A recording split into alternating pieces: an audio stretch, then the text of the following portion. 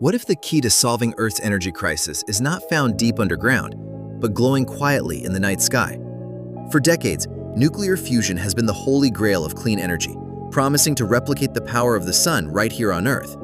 But traditional fusion has a massive public relations problem and a physics problem called radioactive waste. When we smash standard hydrogen atoms together, they release incredible energy, but they also spit out high-speed neutrons that make the surrounding machinery dangerously radioactive. Enter helium-3. Think of helium-3 as the ultra-premium fuel of the atomic world. It is an isotope that is missing a neutron, meaning when it fuses, it produces far fewer damaging neutrons than traditional fusion reactions. It produces extremely clean and potentially massive amounts of power. There is just one tiny logistical nightmare standing in our way. Earth has almost no naturally available helium-3 because our magnetic field deflects the solar winds that carry it. The moon, however, has been soaking up these solar winds like a cosmic sponge for billions of years. If this just blew your mind, subscribe to Mind Sprints for more daily deep dives. Now, let's go deeper. We know the moon likely contains hundreds of thousands to over 1 million tons of this potential fuel trapped in its dusty surface.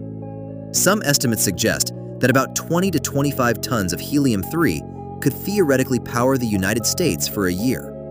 Suddenly, the new space race makes perfect economic sense. Nations are not just returning to the moon for footprints and flags, they are scouting for the ultimate energy resource. But here is the real paradigm shift. Getting the helium-3 is only part of the puzzle. We still have not mastered the exact type of fusion reactor needed to burn it efficiently. Helium-3 requires temperatures drastically higher than standard fusion. We are talking hundreds of millions of degrees. We are essentially trying to build a tiny contained sun that burns hotter than the core of our actual sun, all while floating a supply chain across 250,000 miles of empty space. The true secret to infinite energy is not just the fuel, but the massive engineering leap required to harness it. Helium-3 forces us to push the boundaries of materials science, orbital logistics, and plasma physics simultaneously. It turns out, the moon is not just a gas station. It is the catalyst for our next leap as a technological species. We will either crack the code and enter an era of unprecedented energy abundance, or we will remain tethered to the finite resources beneath our feet.